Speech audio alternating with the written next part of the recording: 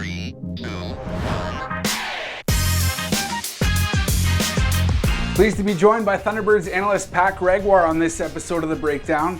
Pat, Kurt Stiers has just submitted his protected players list to the NLL ahead of the expansion draft, which is set to take place on June 29th. Certainly some no-brainers on the list. Graham Hossack, Jake Withers, goaltender Warren Hill. Are there any players, though, on the list that jump out to you as surprises? To be quite honest, Tyson, I don't think so. I think all these names a lot of people expected.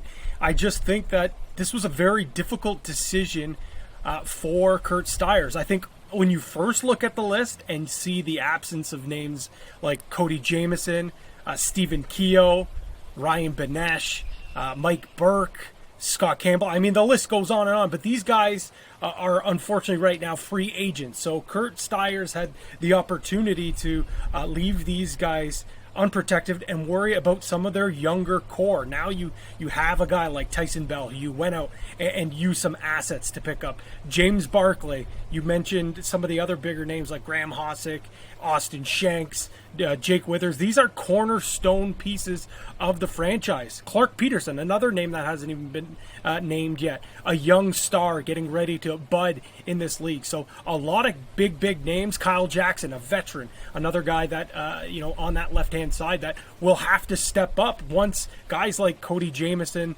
and Ryan Benesh decide to hang it up.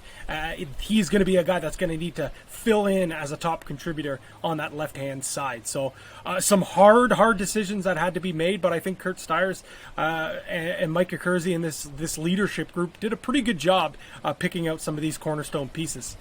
Now, one of the players you didn't mention there, not on the list, but has just signed a one-year deal, is Chris Bucci. He might be a prime pick for the Panther City Lacrosse Club.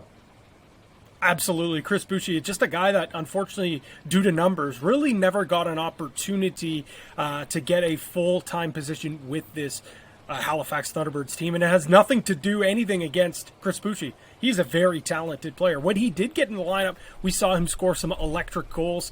He's a guy that can kind of, be that key contributor in some roles, which we saw in the WLA, and we saw him when he was in junior. But he's also a guy that proven when he does get in the lineup, he doesn't have to be that number one, number two scorer. He can go out, set some picks, and score when given the opportunity. But a team like Panther City, they're going to need a guy to step in right away as a right-handed shot, a guy who has that talent, who has some experience at the National Lacrosse League level. And I think right now you've got to assume that General Manager Bob Hanley and Tracy Kelusky, the head coach, might be having his name circled as one of the number one targets of this Thunderbirds roster. Are there any other players that stand out to you that have been left unprotected that would be a good fit in a new market with the PCLC? Brad Gillis is a name that kind of jumped off when you said surprises. I forgot to mention that one. That's a tough one for me. Gillis is a guy that, since he's entered the league, has proven that he can be a solid defender that has some serious transition upside as well. He scores when he gets the opportunity. He's very sound defensively, plays well in a system, can play one-on-one defense as well. And he's a guy that, has his roots in Rochester right now with some minor lacrosse that's going on, but he clearly has the ability to get into a new market and help with some of the grassroots levels as well. He's a guy that has been in the league for a while now. He can be a leader. So that's another name that I think Hamley and Panther City will certainly have their eyes on. And Halifax Thunderbirds fans would probably be sad to see him go, but at the end of the day, Tyson, there's just so much talent on this Thunderbirds team.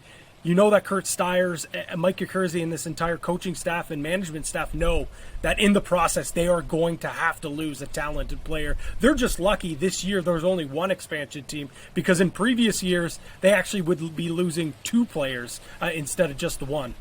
I was just going to say, this is an unfortunate reality. We almost have to get accustomed to saying goodbye to a player every single year. Next year, it's going to be Vegas who has taken their pick from the unprotected list. For now, these are the players that will remain with the Thunderbirds, and we'll see who the Panther City Lacrosse Club will be after on June 29th. Thanks a lot, Pat. Thanks, Tyson.